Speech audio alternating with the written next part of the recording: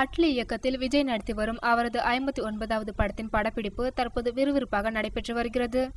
Kalaipuli S. தானு பிரம்மாண்டமாக தயாரித்து வரும் இந்த படத்தில் விஜயுடன் கதாநாயகிகளாக சமந்தா மற்றும் எமி ஜாக்சன் நடித்து வருகின்றனர். படத்திற்கு ஜி.வி. பிரகாஷ் இசையமைக்கின்றார். இப்படத்தில் விஜய் போலீஸ் அதிகாரியாக நடித்துள்ளார். ஒரு படத்திற்கு தலைப்பை வைக்காமலேயே படப்பிடிப்பை நடத்துவது தற்போது ஒரு ட்ரெண்டாக இருக்கின்றது. அந்த வகையில் விஜய் 59 என்ற பெயரில் உருவாகி வந்த இப்படத்தின் டைட்டிலுடன் கூடிய ஃபர்ஸ்ட் லுக்கை வருகின்ற 26ஆம் தேதி வெளியிட முடிவு செய்துள்ளனர் படக்குழுவினர். இதனை படத்தின் இயக்குனர் அட்லியே அதிகாரப்பூர்வமாக அறிவித்துள்ளார் என்பது குறிப்பிடத்தக்கது.